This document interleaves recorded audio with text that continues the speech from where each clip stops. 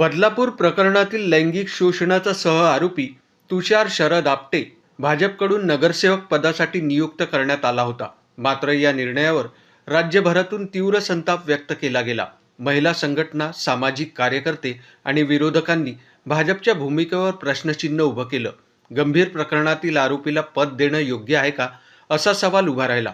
वाढत्या विरोधानंतर तुषार आपटेंनी नगरसेवक पदाचा राजीनामा दिला. पण या नियुक्तीमागची प्रक्रिया, जबाबदारी आणि पार्श्वभूमीची पडताळणी यावर प्रश्न अजून अनुत्तरित आहेत. भाजपकडून या प्रकरणावर आता अधिकृत भूमिका काय असेल आणि पुढील कारवाई काय, याकडे सगळ्यांचे लक्ष लागले आहे. स्वीकृत नगरसेवक पदाचा राजीनामा देत आहे. त्यात म्हणजे शाळेचा, आदर्श विद्यापीठ संस्थेचा आणि भारतीय जनता पार्टीचा त्यांना कुठल्याही प्रकारचा त्रास न होण्याकरता मी हा राजीनामा त्यांना देत आहे. काय असेल ते नंतर आपण बोलूया याच्यावरती. आता मी माझा राजीनामा माझ्या स्वतःच्या मी देतोय. कारण याच्यामध्ये शाळेची आणि पक्षाची कुठल्याही प्रकारची बदनामी न होण्याकरता मी हे देत आहे. राजीनामा कुठे देणार? निवडणूक अधिकाऱ्यांकडे, नगरपालिकेमध्ये.